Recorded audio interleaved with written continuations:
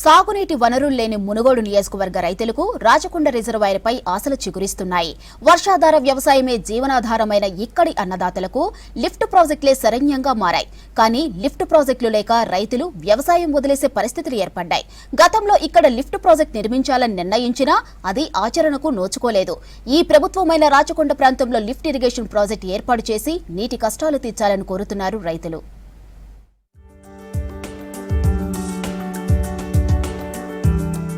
నల్గొండ జిల్లా మునుగోడు నియోజకవర్గం గత 2 దశాబ్దాలుగా కరువుతో అల్లాడుతోంది. వర్షాలు పడితేనే పంటలు, లేకపోతే ఎండిపోయిన పొలాలే కనిపిస్తూ ఉంటాయి.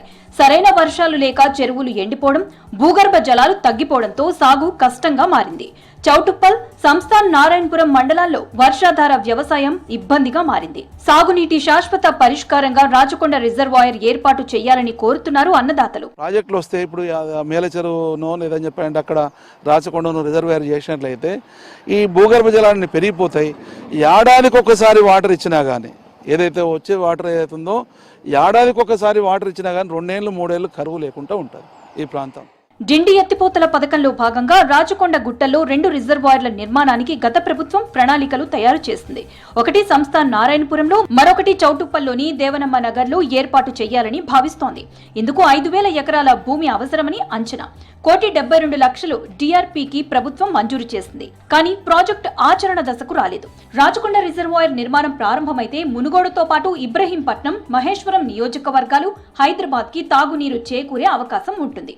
ఇరిగేషన్ మంత్రి అయిన ఉత్తమ్ కుమార్ రెడ్డి గారికి ఈ ప్రాంతానికి ఈ ప్రాజెక్టు తీసుకొచ్చినట్లయితే వెనుకబడి ఉన్న మునుగోడు రైతాంగం మొత్తం పాడి పంటలతోటి సస్యశ్యామలం అవుతారని తెలియజేస్తున్నారు.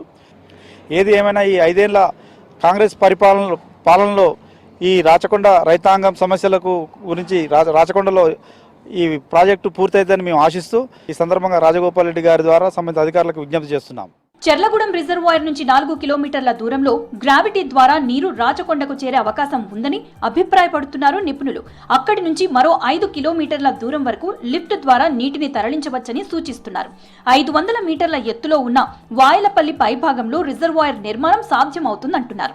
ఈ లిఫ్ట్ ద్వారా రోజుకు 10 టీఎంసీల చొప్పున 60 రోజుల పాటు నీటి సరఫరా జరిపే వీలవుతుందంటున్నారు. నారాయణపురం జానకమ్మ చెరువు, మేళ్ల చెరువు, అమ్మంతరం మహమ్మదాబాదు, చౌటుప్పల్ చెరువులకు ఎప్పుడు నిండుకుండలా ఈ ప్రాంతం విరజిల్లి రైతన్నలకు ఆనందం కలుగుతుందని ప్రభుత్వం ఈ యొక్క రాచకొండ రిజర్వాయర్ పనుల యుద్ధ ప్రాతిపదికన పనులు పూర్తి చేయాలని డిమాండ్ చేస్తా ఉన్నాం. ఈ లిఫ్ట్ ప్రాజెక్టుపై మునుగోడు ఎమ్మెల్యే కోమటిరెడ్డి రాజగోపాల్ రెడ్డి, నీటిపారుదల శాఖ మంత్రి ఉత్తమ్ కుమార్ రెడ్డిని కలిసి ప్రత్యేకంగా చర్చించినట్లు తెలుస్తోంది. గత ప్రభుత్వం నిర్లక్ష్యం చేసిన ప్రణాళికలను ముందుకు తీసుకువెళ్లాలని కోరినట్లు సమాచారం.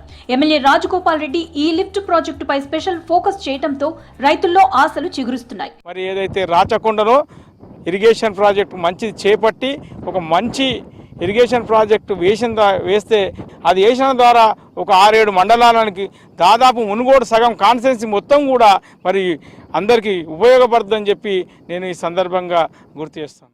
అధికారులు రాచకొండ పరిస్థితులను ప్రభుత్వానికి వివరించాలంటున్నారు రైతులు. ప్రభుత్వం చర్యలు తీసుకుంటే రాచకొండ రిజర్వాయర్ కల సాకారం అవుతోందని ఆశతో ఉన్నారు.